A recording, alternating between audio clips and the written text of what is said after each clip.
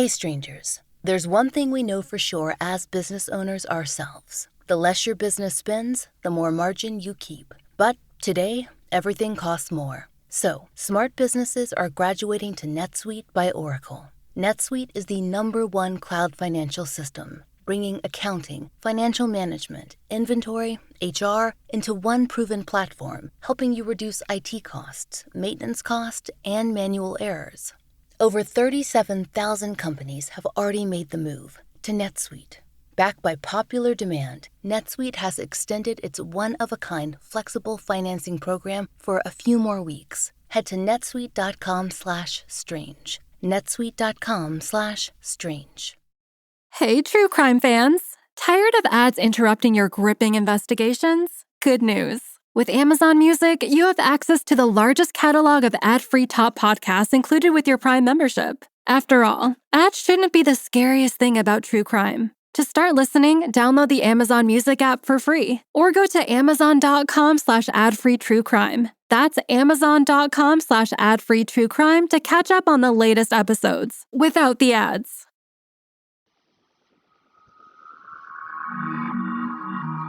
I'm Laurah Norton, and this is One Strange Thing, the show where we search the nation's news archives for stories that can't quite be explained.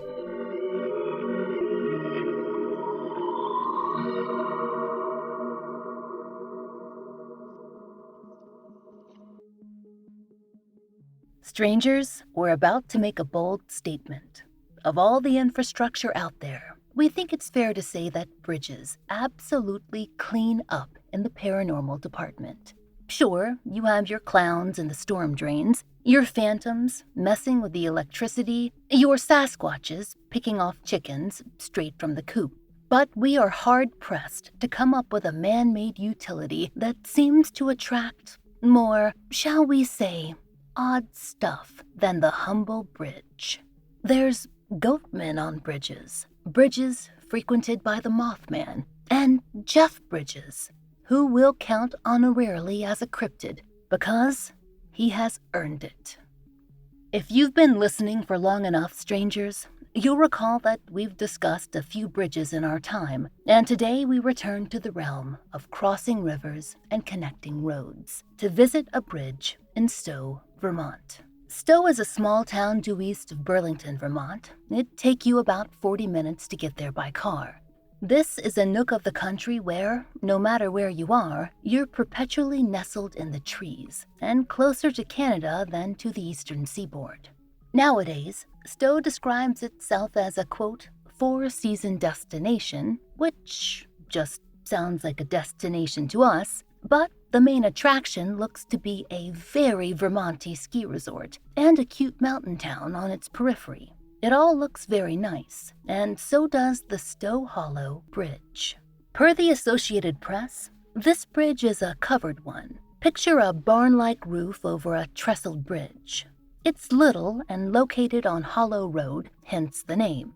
Photos make it look like it stands alone among the forest and farmland, spanning a creek and a pretty shallow dip in the forest floor. Who built this bridge? That's unclear, but according to the Burlington Free Press, it was erected sometime in 1844. And in fact, if we're having a covered bridge competition, which let's just say that we are, Vermont is probably the winner. Among Vermont's 117 covered bridges, there are many with legends attached. So, our bridge in Stowe Hollow is in good company. But Stowe Hollow isn't the name by which a Vermonter or a paranormal enthusiast might know this bridge. See, the Stowe Hollow covered bridge is also known as Emily's Bridge, and it is, in fact, haunted by Emily. An Associated Press article dated January 31st, 1969 is the earliest record we have of this legend, but as is so often the case, it seems to have been well-established lore for a long time before the national press caught on. It doesn't appear that there was any particular reason for this story to run. As we said, it was January, which isn't exactly spooky season. But nonetheless, the AP decided that it was time to discuss this ghost, which the locals call Emily. Quote, old-timers say that the ghost is the spirit of a young woman left waiting at the altar around the turn of the century. Legends say that the woman, looking for her elusive lover, headed for his home near the covered bridge on Hollow Road. Her horse bolted, throwing her to her death on the rocks below the bridge. Now, there are variations on that story, as there always are. Some of that is in the timeline. A few accounts put Emily's demise at the end of the 19th century and others into the 1920s. The Burlington Press wrote that in some variations, Emily died before her wedding day, and in others, her fiancé did not leave her at the altar. Not exactly. Quote, other townsfolk say the bridegroom jumped to his death from the bridge on the couple's wedding day. In this version, Emily died second, but could not manage to reunite with her beloved in the afterlife. The Rutland Daily Herald also mentions a story wherein, quote, an Emily and her swain were approaching the bridge when a buggy wheel hit an exposed rock. The couple, thrown from the carriage, were injured. They sued the town, collected, got married, and supposedly lived happily ever after. Now, we'll be frank. We are not sure how a non-lethal injury would lead to haunting a bridge after a long life unrelated to said bridge, but perhaps it's not for us to know. So in any case, the AP surmises that the woman's spirit continued to linger around the bridge, looking, and she was not exactly a social butterfly. Quote, people who have tried to build houses near the bridge have been frightened off by the apparition, it is said. Honestly, if we'd had a ruined wedding and then been bucked by our own horse, we'd be in a nasty mood too. And by all accounts, Emily was not just out to shut down real estate developments in her neighborhood. She was also known to harass people who were just passing through, which was a lot of people given the purpose of a bridge. The Times-Argus compiled a great set of testimonials from people who'd encountered Emily. One such account came from a young couple, the Marshfields, who visited the bridge in the late 1970s. They told the Argus that they stopped by the bridge on a summer picnic in Stowe. The weather was beautiful, and their 4-year-old son was playing happily. But, as the couple told the Argus, it was pleasant until, well, it wasn't. Quote, although it was a sunny summer day, suddenly it turned black. We got in the car to leave, but there seemed to be a fog inside the bridge. Branches started falling from the trees, and the fog turned into a human form. We didn't dare cross the bridge. We just sat in the car. Her face had a smile. She was wearing a long white gown. As suddenly as it happened, it stopped. We'll never go back. And a local historian told the Argus that he was out riding horses with a friend when a thunderstorm blew in. They took cover under Emily's bridge. And as they sat there, quote, we heard whispering voices, very clearly. We went down the road a couple of miles and then turned back toward the bridge. The complete left side was aglow with what seemed to be strobe lights, flickering on and off. And a local photographer told the Argus he'd been taking pictures of the pastoral landscape on a boiling hot summer day. But as he walked across the bridge, he felt a sudden chill. There was a tap on his shoulder, the whole ghost shebang. And that photographer was familiar with Emily's story, and he knew why she might not have been happy to see him. Quote, I'll never forget that experience. Glad she didn't do me in. I've heard she doesn't like men. If indeed Emily had been left at the altar, well, we'd understand her sentiment. Also understandable is Emily's seeming distaste for couples, which, again, in her ghostly shoes, we get it. In one account in the Argus, 2 young couples carpooled out to the bridge one night, hoping that they could spot the ghost. They didn't spot anything, but they did eventually hear something, the sound of scratching metal. Startled by the noise, the couples fled, and the next morning, it became clear that something had scratched the car, probably on purpose, as the scratches completely covered the trunk. In 1996, the Rutland Daily Herald wrote that the sightings had not abated. Quote, not long ago, a local man named Vaughn was at Stowe Hollow, sitting in a car with some friends. As he peered into the dark cavern of the bridge, he saw a filmy white light shaped like a woman. Everyone was convinced it was Emily.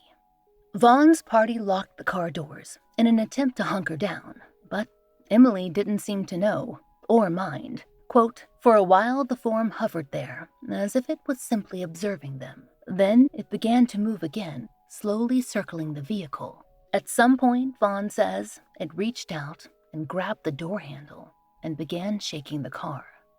Eventually, the shaking stopped and the form vanished, and Vaughn and his friends were able to start their car again and get out of Stowe Hollow. Emily, naturally, stayed back.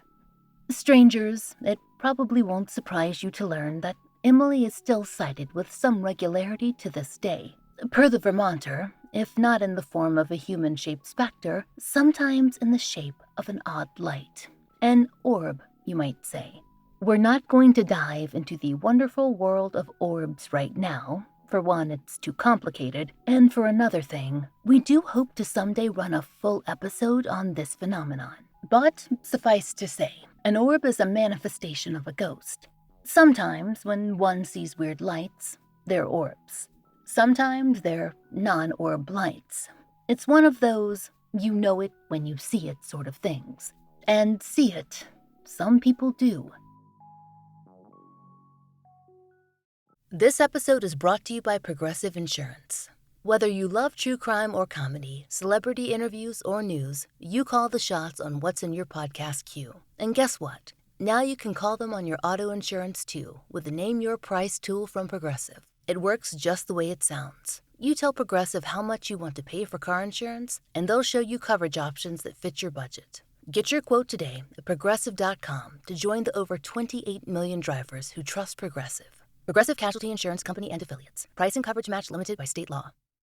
Hey, Prime members! Are you tired of ads interfering with your favorite podcasts? Good news! With Amazon Music, you have access to the largest catalog of ad-free top podcasts included with your Prime membership. To start listening, download the Amazon Music app for free or go to amazon.com/ad-free podcasts. That's amazon.com/ad-free podcasts to catch up on the latest episodes without the ads. Helpfully, one of the articles that we read actually pointed us toward the online reviews of Emily's Bridge from visitors, and those reviews are a goldmine. On Google, we found a review of the bridge from a woman named Tia, who apparently visited just a few months ago. Here's what she wrote. "When my friend and I were there, we got a good look around. We definitely would have noticed this rope hanging on the rafter. It wasn't there in person, but it showed up in the photo. Same with the face I caught multiple times. But I also had a dream where a girl named Emily came to me and told me to warn people not to go there, and then I woke up with scratch marks. So I'm not sure what that's about. Maybe a coincidental dream, or maybe it's something we shouldn't ignore. Up to you to decide." And yes, strangers, Tia did include photos of said rope and said face, which, to be fair, do look like a real rope and pretty facey, respectively. In 2021, a user named Paul posted a flash photo from inside the bridge at night with the following blurb. "Cool little covered bridge with quite a backstory. Got there after nightfall and waited around, watching and listening for anything paranormal. Ended up with a picture that, depending on your beliefs, had an apparition in it. Will head back again on a warm summer's night with a full moon." Again, strangers, we hate to be those guys, but there's not an apparition. If dust on a road that's piled up kind of weirdly and looks a little like a lady in a dress counts as an apparition. Though she did not include photos, a user named Karen wrote in 2022, "The scenery is very pretty in this area. While I didn't feel a spiritual presence, after driving through the bridge, my traction control light turned on and off, which my car has never done before." And 8 months ago, a local named Jamie wrote, "I went with my boyfriend around 1 a.m. When we exited the car, we heard a horse-drawn wagon crossing the bridge. A super crazy experience." That does, in fact, sound like an experience. We understand, strangers, that leaning on secondhand experiences of others isn't exactly good journalism, nor do we expect it to be 100% convincing. But we are certainly convinced that people believe that something is haunting this bridge. And isn't that enough to make it, on some level, true or true-ish? Well, it might be, except for one strange thing. There are some serious holes in the Emily's Bridge lore. And maybe most seriously, there's someone who claims to have made the whole thing up. To explain all this, it's necessary for us to dive into the blogosphere.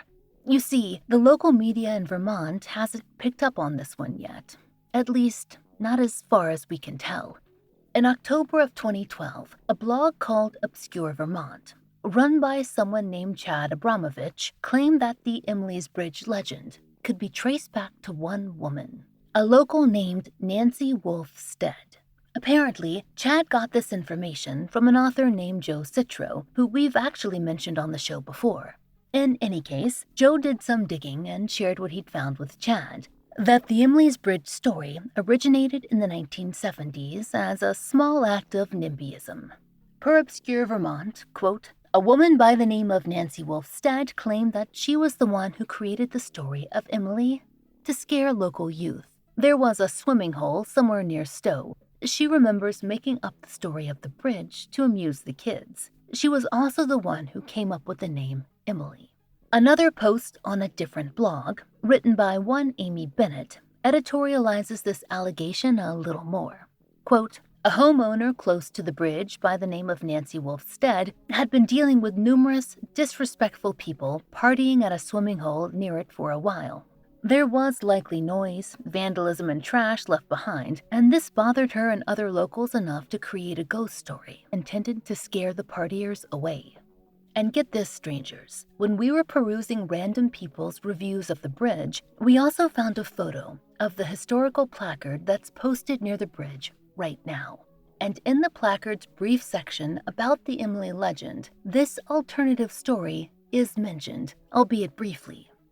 All of these sources point out that the 1970s were a hotbed of fears of the occult, demon possession, and the like, the suggestion being, of course, that folks were much more susceptible toward belief under those circumstances. Children and teens, especially, might have been more willing to believe a ghost story from an irritated neighbor. Now, a point in favor of this story is that there is no real evidence of an Emily who met a tragic end on or around this bridge. As we've told you, the story of who she was varies a lot. There's never been any suggestion of who Emily might have been in life, and according to the Vermonter, there are no records of a death investigation involving the bridge. Not ever. So, that is problematic. But, on the other hand, we can personally debunk the notion that this story cropped up in the 1970s. Remember when we told you about the first news article we found in our archives? The one that dated back to January of 1969, with no mention of Nancy Wolfe Stead, or a new rumor among youths of Stowe, but rather a reference to a long-running, many-years-old local legend about Emily's Bridge. Now, sure, the age of that myth could have been embellished in the papers, but if it was established enough for the Associated Press to write about it in January of 1969, that certainly points to this story predating the 70s by a good bit. Of course, this only raises more questions. Maybe the story of Nancy Wolfe Stead is totally accurate, but someone got the dates wrong along the way. Perhaps she's become associated with the legend through some kind of confusion, or maybe there's some hoax on hoax inception that, to be honest, we can't begin to sort out. If the story truly predates any association with a disgruntled neighbor, we have the same mysteries to address. Where did the legend begin, and why can't anyone track down a real-life Emily? And none of that even addresses the various experiences that people have had on this bridge. In this episode, we've discussed 50 years worth of strange testimonials about Emily's Bridge. Some of those could be hogwash, of course, but all of them, plus the many others that we haven't had time to mention, that feels a little more unlikely to us. There's an old saying, strangers, about smoke suggesting fire. We're not saying that there's definitely a salty old spirit rattling around a covered bridge in Vermont, but there are certainly some very weird things happening out there, whatever the reason. It's hardly our place to designate truth from fiction made manifest, from where we're standing. Or, let's be real, from where we're sitting. But we can plot out a trip to Vermont, maybe for once the season of the sticks abates. And if you're game too, and perhaps if you even want to visit Stowe, well, just don't tell Emily that we sent you. We hope you'll join us next time for another real-life story from the fine print of America's local papers, from the lives of regular people, just like you and me, except for one strange thing. Strangers, I've released my first book, and it's available everywhere now as audio, hardcover, and ebook. I read the audio version myself. It's called Lay Them to Rest, and it's about John and Jane Doe's, my years-long experiences following forensic experts around the country, and our efforts to solve the mystery of a cold case. One Strange Thing is an independently produced podcast. To support the show and to hear more of the entirely true and enticingly peculiar, you now have 3 options to enjoy 2 extra bonus episodes a month. On Apple Premium and Supercast, you can get the bonus episodes delivered to your app of choice for just $2.99. And for $2 more a month on Patreon, you'll get more fun extras. There you'll find an ad-free early release of all of our regular episodes, 2 full-length bonus episodes, monthly giveaways, blog posts, and occasional live streams, all for $5 a month. We hope you'll check out one of these options to support the show. There's a link in our show notes. And if you enjoy One Strange Thing, please take a moment to leave us a great rating or review on your favorite podcast app. It really helps.